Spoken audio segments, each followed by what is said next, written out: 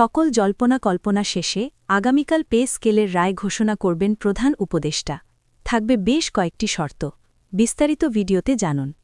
আগামীকাল নবম পে স্কেলের গেজেট প্রকাশ। যমুনা অতিথি ভবনে চূড়ান্ত বৈঠকের পর নতুন সিদ্ধান্ত নেওয়া হয়েছে। এই বিষয়ে বিস্তারিত আলোচনা করার শুরুতে এখনও পর্যন্ত যারা আমাদের এই চ্যানেলটি সাবস্ক্রাইব করেননি তারা অবশ্যই আমাদের এই চ্যানেলটি সাবস্ক্রাইব করুন এবং ভিডিওটিতে একটি লাইক করে ভিডিওটি কন্টিনিউ করুন। দীর্ঘদিন পর হলেও অন্তর্বর্তীকালীন সরকারের প্রধান উপদেষ্টা নিজেই আগামীকাল নবম পে স্কেলের গেজেট প্রকাশের সিদ্ধান্ত কথা জানালেন। প্রধান উপদেষ্টা বলেন, বেতন বৃদ্ধির জন্য অর্থ মন্ত্রণালয়ের সঙ্গে আজ অভ্যন্তরীণভাবে আলোচনা হয়েছে। তারা যথেষ্ট চেষ্টা চালিয়ে যাচ্ছেন বলে আমাদের মনে হচ্ছে। তবে আমরা দ্রুত বেতন বৃদ্ধির জন্য বেশ কয়েকটি পদক্ষেপ নিয়েছি। ইতিমধ্যেই জ্বালানি উপদেষ্টা যে ভাষণ দিয়েছেন সেই ভাষণের প্রত্যাহার সহ ব্যাপক আলোচনা হয়েছে আজকের বৈঠকে। রিপোর্ট পর্চা কমিটিকে আদেশ দেওয়া হয়েছে আজ রাত 11টার মধ্যে তাদের রিপোর্ট আমাদের হাতে হস্তান্তর করার জন্য।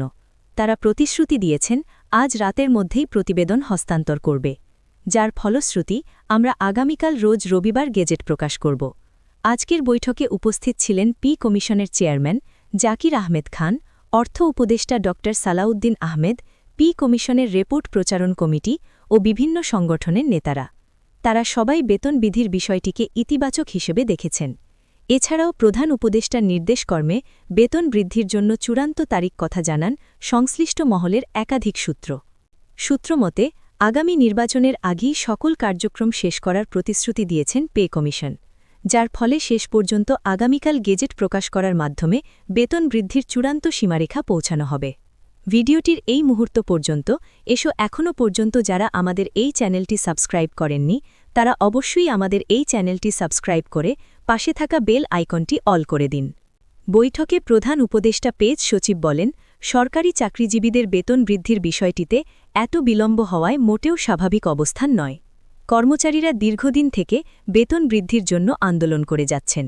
তাই আমাদের উচিত হবে দ্রুত তাদের বেতন বৃদ্ধি করার মাধ্যমে কর্মচারীদের আর্থিক উন্নয়ন করা প্রয়োজন। ইতিমধ্যেই প্রধান উপদেষ্টা যে সিদ্ধান্তগুলো নিয়েছেন সকল সিদ্ধান্ত মোতাবেক দ্রুত বেতন বৃদ্ধির কাঠামো অনুযায়ী গেজেট প্রকাশ করতে হবে।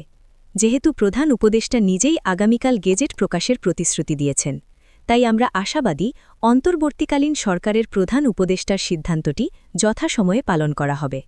তবে এদিকে সালে পি স্কেলে গেজেটে হরণ করা 3টি টাইম স্কেল, সিলেকশন গ্রেড ও পূর্ণবহাল সহ বেতন জ্যৈষ্ঠতার পূর্ণবহাল ও সকল সাহিত্যশাসিত প্রতিষ্ঠানের গ্র্যাচুইটির পাশাপাশি পেনশন প্রবর্তন সহ বিদ্যমান গ্র্যাচুইটি আনুষঙ্গিক শেকের হার 90% স্থলে 100% নির্ধারণ ও পেনশন গ্র্যাচুইটি 1 টাকার সমান 500 টাকা নির্ধারণ করতে হবে। বলক পোস্টে কর্মকর্তা-কর্মচারী সহ সব পদে কর্মকর্তাদের পদোন্নতি বা 5 বছর পরপর উচ্চতর গ্রেডের প্রদান করতে হবে।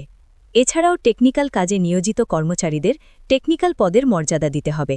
কর্মকর্তা-কর্মচারীদের বেতন স্কেল শেষ ধাপে উন্নতি হওয়ার বার্ষিক বেতন বৃদ্ধি হচ্ছে না, বিধায় চাকরিদের বার্ষিক বেতন বৃদ্ধি অব্যাহতিভাবে রাখতে হবে।